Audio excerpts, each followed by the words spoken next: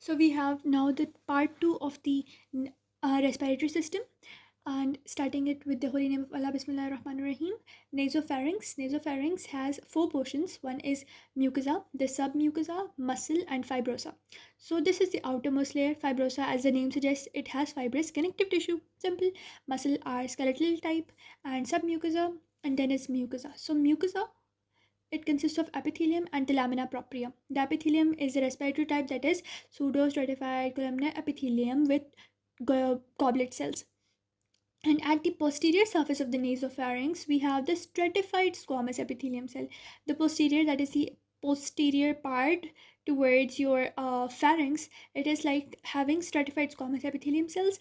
And the lamina propria, as we discussed earlier about the lamina propria, that consisted of blood vessel plexuses and tubuloacinar glands, lymphatics, and elastic tissue. It has elastic tissue, tubuloacinar glands, lymphatics, and the posterior superior portion has pharyngeal tonsils.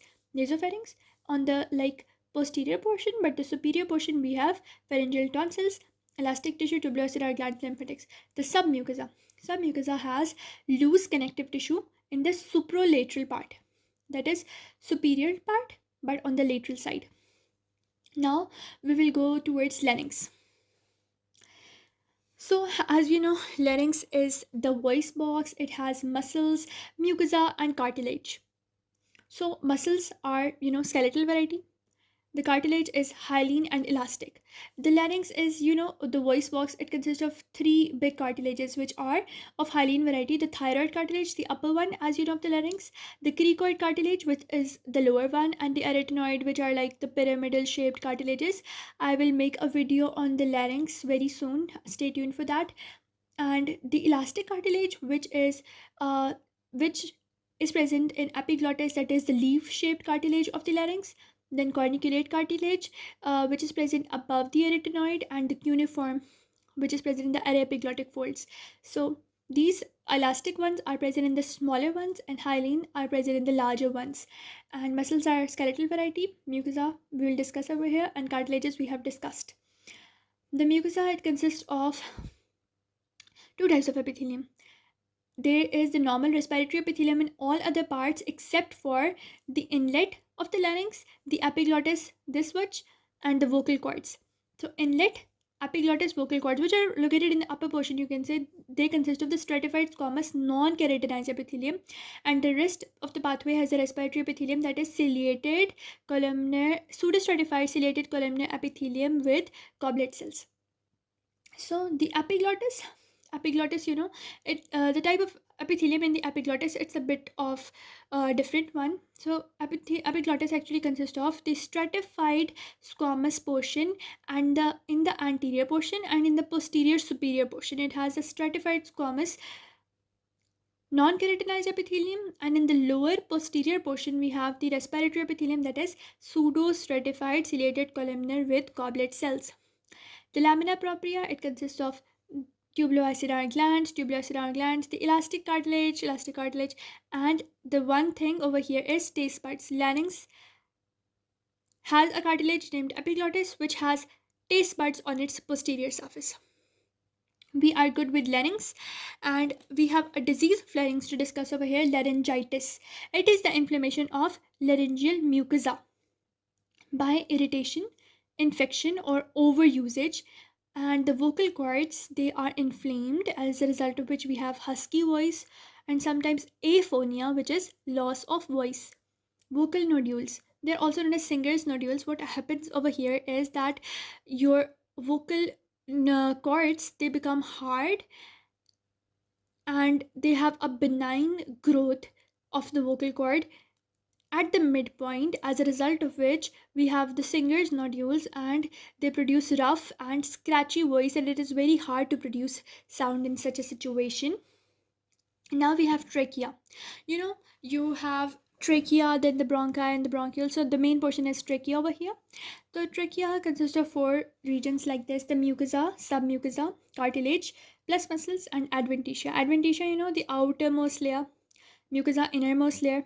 The mucosa would consist of the pseudostratified ciliated columnar epithelium cells with goblet cells. The lamina propria, simple, it has elastic and lymphatics, bolt, that is bronchus associated lymphatic tissue. So we have elastic connective tissue over here. In the submucosa, we have loose connective tissue, glands which secrete the simple brown tubuloacinar glands are present in the submucosa, which are secreting the lysozyme and mucus. In the inner side, we have elastic. From the elastic, we move towards the loose connective tissue, then we'll move toward the fibrous connective tissue, and then we'll have the collagen fibers. So elastic, loose connective tissue, fibrous, and collagen fiber. Like this, we have this type of transition in trachea. And then trachea has C-shaped cartilaginous rings. The main feature, which the C-shaped cartilaginous rings, they are joined with each other on the anterior side via the fibrous cartilage, and on the posterior side, where we have the trachealis muscle, it is they are connected by the fibroelastic connective tissue. Simple as that. And adventitia, outermost layer, it will be supplied by blood vessels, by nerves, and has collagen fibers. So from we have transition from elastic to loose connective tissue to fibrous connective tissue to the collagen fibers. Simple as that. Then we have the bronchial tree. I will explain to you about that in a moment. We will move towards bolt. I told you about bolt here, which are lymphatics. They are bronchus associated lymphatics, which are nodular aggregations, like nodules, nodules which are like circular aggregations. They have B lymphocytes, T lymphocytes, plasma cells, and they protect against bacteria. So, which are the innermost of the trachea, they actually protect against bacteria. Now you know that we have this region which is the trachea, and then we have two primary bronchi. This is the division, right? So the two principal bronchi. And then there are lungs, and inside the lung there are different kind of bronchi. So we are going to discuss the extrapulmonary, the outside the lungs bronchi, and the intrapulmonary, the bronchi which are present inside the lungs. So the bronchi which will be outside the lungs, they will have a larger diameter. So extrapulmonary bronchi have a larger diameter, whereas intrapulmonary, inside the lungs, they have a smaller diameter. Simple as that. The outer ones, they will have cartilaginous rings, but the cartilaginous ring and they will be C-shaped cartilaginous rings, but in the inner ones, they will not have any C-shaped cartilaginous rings, rather they will have irregular cartilaginous rings. So C-shaped in extrapulmonary, and intrapulmonary have irregular cartilaginous rings. And the extrapulmonary will have a D-shaped contour, whereas the intrapulmonary will have like a circular contour or rounded contour. And the extrapulmonary, because they are associated with a little bit forceful action, so they will have skeletal muscles, like the trachea which has skeletal muscles, the trachealis, so they will have skeletal muscle, and the intrapulmonary will have smooth muscles. The difference is done over here. Now I would explain to you the bronchial tree. So let me explain to you the bronchial tree. What happens is you have trachea, then two principal bronchi, then we considered the extrapulmonary and intrapulmonary bronchi difference. Then we will have the lungs, the right and the left lung. So these are trachea, the principal bronchi. In the right lung, there are like three lobes, so they will divide into three portions. So these will be the lobar bronchi, and then we know there are 10 bronchopulmonary segment. So for each bronchopulmonary segment, we will have the segmental bronchi. After the segmental bronchi, each segment will have like 30 to 60 lobules, and for these we will have lobular bronchi. And the lobular bronchi, in each lobule we will have 5 to 7 other type of bronchi, which will be the terminal bronchi. And this is how your respiratory part, or the proximal portion of the respiratory tract, ends. So trachea, the principal bronchi, then the lobar bronchi, segmental bronchi, the lobular bronchi, then in the lobular bronchi, then we will have the terminal bronchioles. Simple as that. Now moving towards lungs, and we have discussed the intrapulmonary bronchi till now. So intrapulmonary bronchi will also have the epithelium, respiratory epithelium, the pseudo stratified ciliated columnar epithelium, then lamina propria, submucosa, and the cartilage. So lamina propria, it has elastic fibers and bolt similar to that. Then we will have submucosa, we had like the tubuloacinar glands and loose connective tissue, and cartilage, which is irregular hyaline cartilage plates. The intrapulmonary bronchi, they had irregular hyaline shaped cartilaginous plate. Lamina propria, we know about it. Submucosa, we know about it. Bronchioles, they are less than 1 millimeter. They will have the cartilage will, because they are very thin, so they will have no cartilage, and the glands in the submucosa will also be absent, but they will have smooth muscles and there will be fibrous connective tissue. The terminal bronchioles, I talked about them, 0.5 millimeter or less, which are present in the lobules, etc. We talked about that.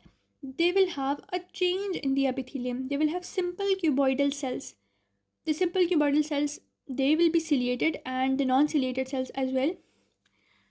So we had the respiratory epithelium over here. The bronchioles also had respiratory epithelium over here, but there was a transition from the pseudostratified ciliated columnar epithelium cells to the the simple ciliated columnar epithelium cells, and from the simple ciliated columnar epithelium cells we had simple cuboidal ciliated cells.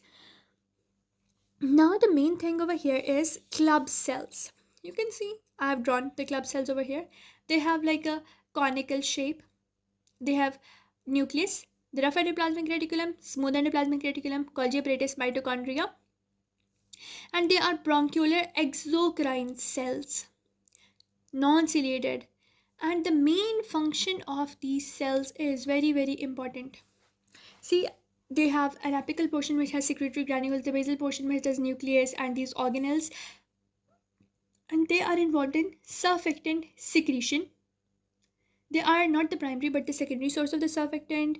Then they produce the antimicrobial peptides for like elimination of bacteria, etc. Detoxification via the cytochrome P450 enzyme, and they are shaped like the basal cells, so they are involved in stem cell. Surfactant, antimicrobial peptides, detoxification, and stem cells. Simple as that. They do mitosis and they replace other type of cells. Then we have respiratory bronchioles. Simple. They see, I was saying simple. They have the simple cuboidal cells, just like the terminal bronchioles.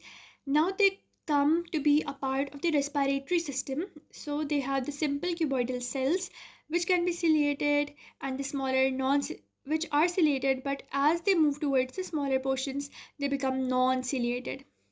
For a brief introduction or a brief explanation, I've drawn their cells. So they are simple cuboidal on the inside, then they have a connective tissue, and then smooth muscles on the outside, and they also have non-ciliated Clara cells, which we have discussed over here, which are involved in surfactant production, the antimicrobial peptides, production of detoxification via the P450 enzyme, and stem cell reserve. So they have smooth muscles, loose connective tissue, simple cuboidal cells, Clara cells.